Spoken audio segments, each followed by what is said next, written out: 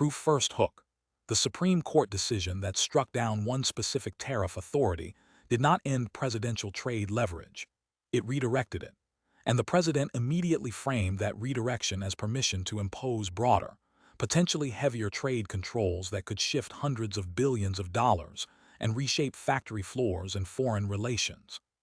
Section 1. The ruling and the raw reaction. President Trump opened by calling the ruling deeply disappointing and publicly shamed the majority of the justices, singling out three conservative dissents, Thomas, Alito, and Kavanaugh, for praise. He repeatedly framed the decision as wrong on its face and insulting to the country's interests. "I can't charge one," he said, incredulous at the court's narrow reading. That line became rhetorical fuel. Trump's immediate public posture mixed personal anger. "I am ashamed of certain members of the court," with a political narrative. The court's majority had sided with foreign and domestic opponents of his economic program. His tone alternated between denunciation, "They're a very unpatriotic and disloyal to our Constitution," and triumphalism about having alternatives. Reporters pressed him on precise consequences.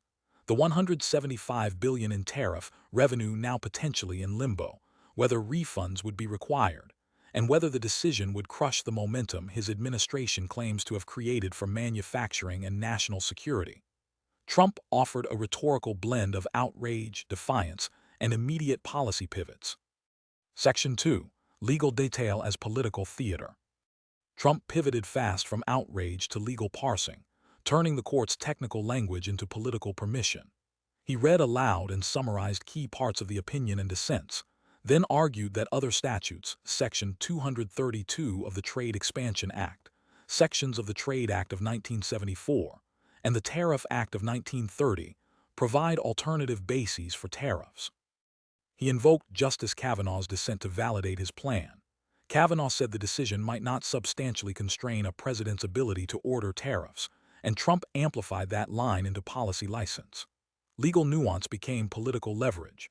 The president repeatedly told the press he had the absolute right to license, but not the right to charge a license fee, a distinction he called absurd, and then used to justify new tools. This moment turned a judicial check into an administrative roadmap. The court's rejection of one route became, in his telling, a judicial green light to use more complex but potentially broader authorities. Section 3. Numbers, factories, and the economic storyline. Much of Trump's presentation used concrete numbers to claim success and to justify expansion. He said tariffs had generated hundreds of billions of dollars, cited specific index milestones. The Dow broken 50,000 and the S&P broken 7,000 in his telling, and boasted of steel plants moving from 1 hour a week to multiple shifts.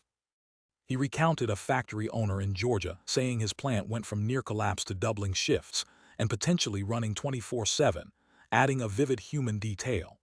"I want to kiss you," the owner told him, before Trump deflected the intimacy and pressed the productivity point.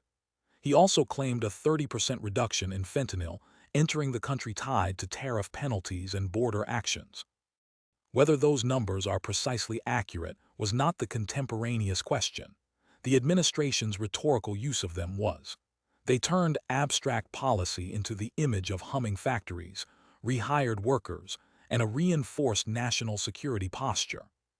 Section 4. Diplomacy, leverage, and foreign responses. Trump framed this moment as a test of other nations' willingness to renegotiate. He said allies and adversaries would not be dancing in the streets for long, and predicted Canada, India, Taiwan, and Mexico would face tougher terms if they had previously ripped us off. He portrayed his relationship with leaders like Xi and Modi as ultimately respectful but transactional. Tariffs were both punishment and incentive for factories to relocate to the U.S. He said Taiwan companies were building plants in Arizona and Texas to avoid tariffs. He described a flip in deals where other countries would now pay U.S. tariffs rather than the reverse. At the microphone, he suggested some foreign governments privately welcomed the court's confirmation of alternative authorities because it clarified no longer any doubt about presidential trade power, a claim designed to reassure domestic supporters and to warn foreign counterparts. Section 5. Court packing, politicized courts, and institutional fury. The president's remarks threaded judicial criticism with partisan rhetoric. He accused certain justices of being lapdogs for the rhinos and the radical left Democrats, and said the court had been swayed by foreign interests. He raised the specter of court packing among Democrats as retaliation and framed opposition leaders as automatic no voters who would block anything that makes America strong. At times his language was personal and visceral. They are obnoxious, ignorant, and loud. This episode thus merged constitutional interpretation, electoral politics, and institutional attack. The consequence is twofold. It signals to his base that he will confront institutions that resist his agenda, and it raises the temperature on the judiciary as an actor in policy disputes, inviting potential long-term conflict over norms and legitimacy. Section 6. Immediate policy moves and the mechanics of alternatives. Trump announced concrete administrative steps. He would sign an order to impose a 10% global tariff under Section 122 over and above our normal tariffs, and initiate several Section 301 investigations. Jameson, speaking alongside him, framed these as legally durable tools to address unfair trading practices and reduce deficits. The administration's claim was procedural. The AIPA route might be closed for fees, but other statutes allow broader, longer processes that can still impose substantial costs on targeted economies. Trump promised the revenue would continue to fund policies. He referenced $12 billion disbursed to farmers, and said new measures could produce more money than the previous approach. Press questions about refunds for previously collected tariffs were met with ambiguity. He suggested litigation would sort out past collections, potentially tying up issues for years. The policy direction is clear: administrative complexity rather than judicial ease, and the explicit aim of extracting economic concessions and building domestic industrial capacity. Section 7.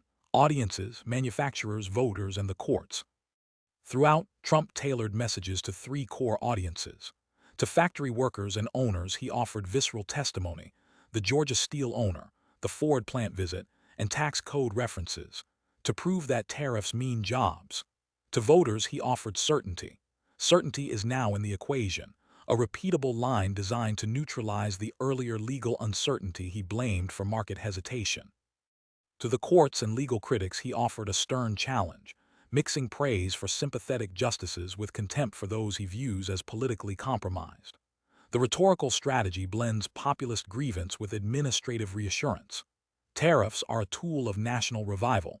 The judiciary's setback is temporary, and the presidency retains flexible instruments to impose economic discipline. Section 8. Stakes, contradictions, and the coming fights. The stakes are large and contradictory. On one hand, the administration promises revitalized factories, hundreds of billions in revenue, and stronger national security.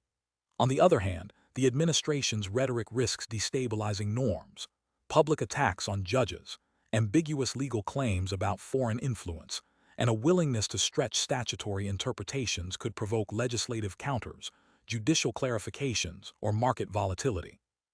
Trump's repeated line that other statutes can justify even more tariffs signals readiness to escalate if necessary. He framed the Supreme Court decision as an opportunity rather than a loss, but that framing depends on successful use of other statutes, defense against litigation, and the political ability to absorb global fallout. The next months will test whether administrative detours can replicate the speed and revenue the president claims, and whether his combative rhetoric strengthens his leverage or deepens legal and diplomatic entanglements. Key takeaways. The president turned a judicial setback into a strategic pivot. He framed the court's narrow ruling as a license for broader, more complex tariff authorities, promised an immediate 10% global levy under Section 122, and vowed to pursue investigations that could impose larger costs on adversaries. His speech mixed concrete factory anecdotes and revenue claims with sharp attacks on the judiciary, recalibrating the fight over trade into one of administrative policy and political narrative as much as law. Two short lines captured the moment: "I can't charge one, and we have very powerful alternatives." Whether those alternatives deliver the economic and security gains he promises will depend on legal durability, congressional response, and international reactions.